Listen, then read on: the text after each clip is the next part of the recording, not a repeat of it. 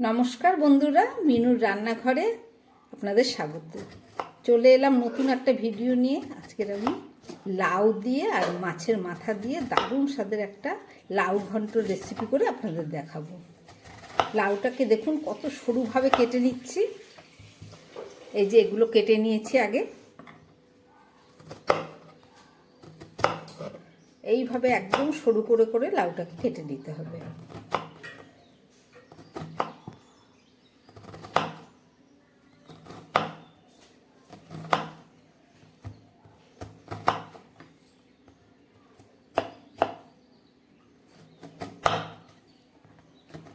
বাকি লাউটা আমি ঠিক এইভাবেই কেটে নিচ্ছি। লাউটা আমার কাটা হয়ে গেল। এবার আমি রান্নাটা শুরু করব। এই লাউর সঙ্গে নিয়েছি আমি একটু মাছের মাথা, এই যে এক পিস লেজা আছে আর 2 পিস মাথা, এটা দিয়ে আমি রান্না করব লাউ ঘন্ট। তাহলে চলুন শুরু করি। মাছের মধ্যে আমি একদম প্রথমে নুন আর হলুদটাকে মাখিয়ে নেব।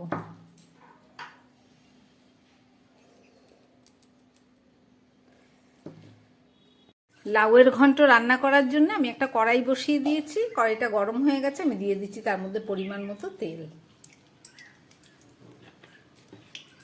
এই তেলের মধ্যে এই নুন হলুদ মেখে রাখা মাছের মাথাগুলো ভেজে নিচ্ছি।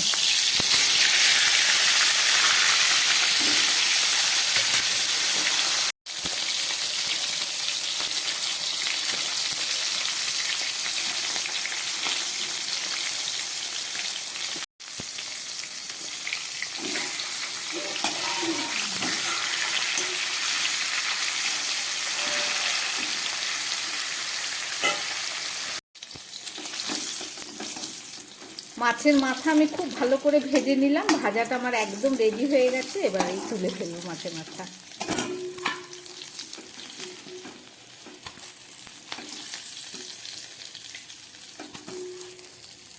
এই তেলের মধ্যে আমি কয়েকটা বড়ি ভেজে নেব। এগুলো বিউলির ডালের বড়ি, ঘরে বানানো হয়েছে।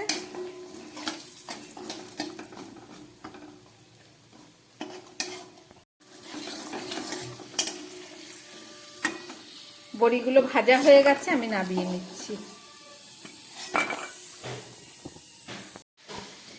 গরম তেলের মধ্যে আমি দিয়ে দিচ্ছি একটু শুকনো লঙ্কা, একটা তেজপাতা, আর দিয়ে দিচ্ছি কিছুটা পাঁচফোড়ন।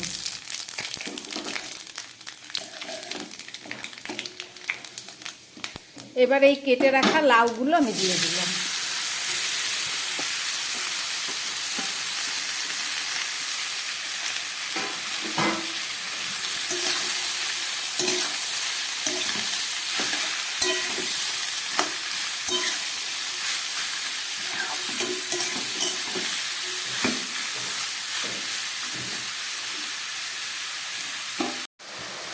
একটু নেড়ে চেড়ে নিলাম। এবার দিয়ে দিচ্ছি একটু হলুদ,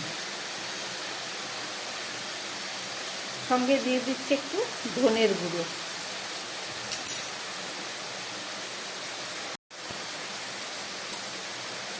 আর দিয়ে দিচ্ছি খুব সামান্য পরিমাণ লঙ্কার গুঁড়ো। এখনো নুন দেওয়া হয়নি, নুন ছাড়া একটু কষিয়ে নিই।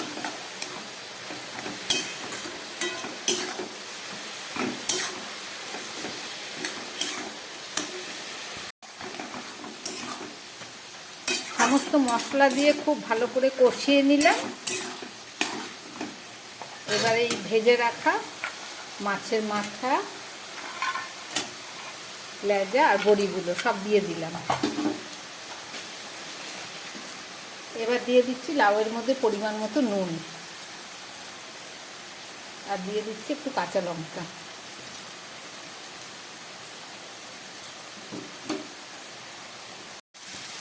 এবারে দিয়ে দিচ্ছি খুব সামান্য একটু ধনে পাতা। সবই প্রায় দেয়া হয়ে গেল। এবার আমি খুব ভালো করে এটাকে নেড়ে নেব। নুন দেয়া হয়েছে যেহেতু।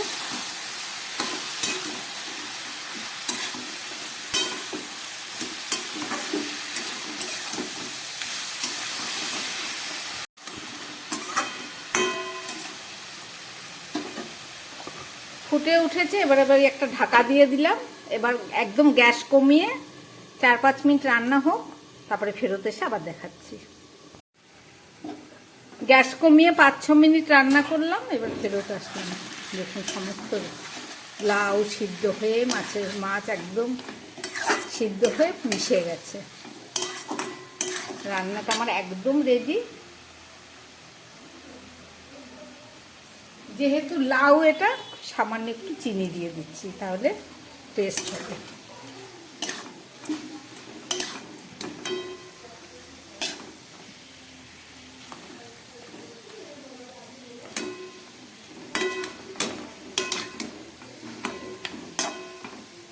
রান্না করলাম লাউ ঘন্ট মাছের মাথা দিয়ে। দেখলেন কিভাবে বানালাম।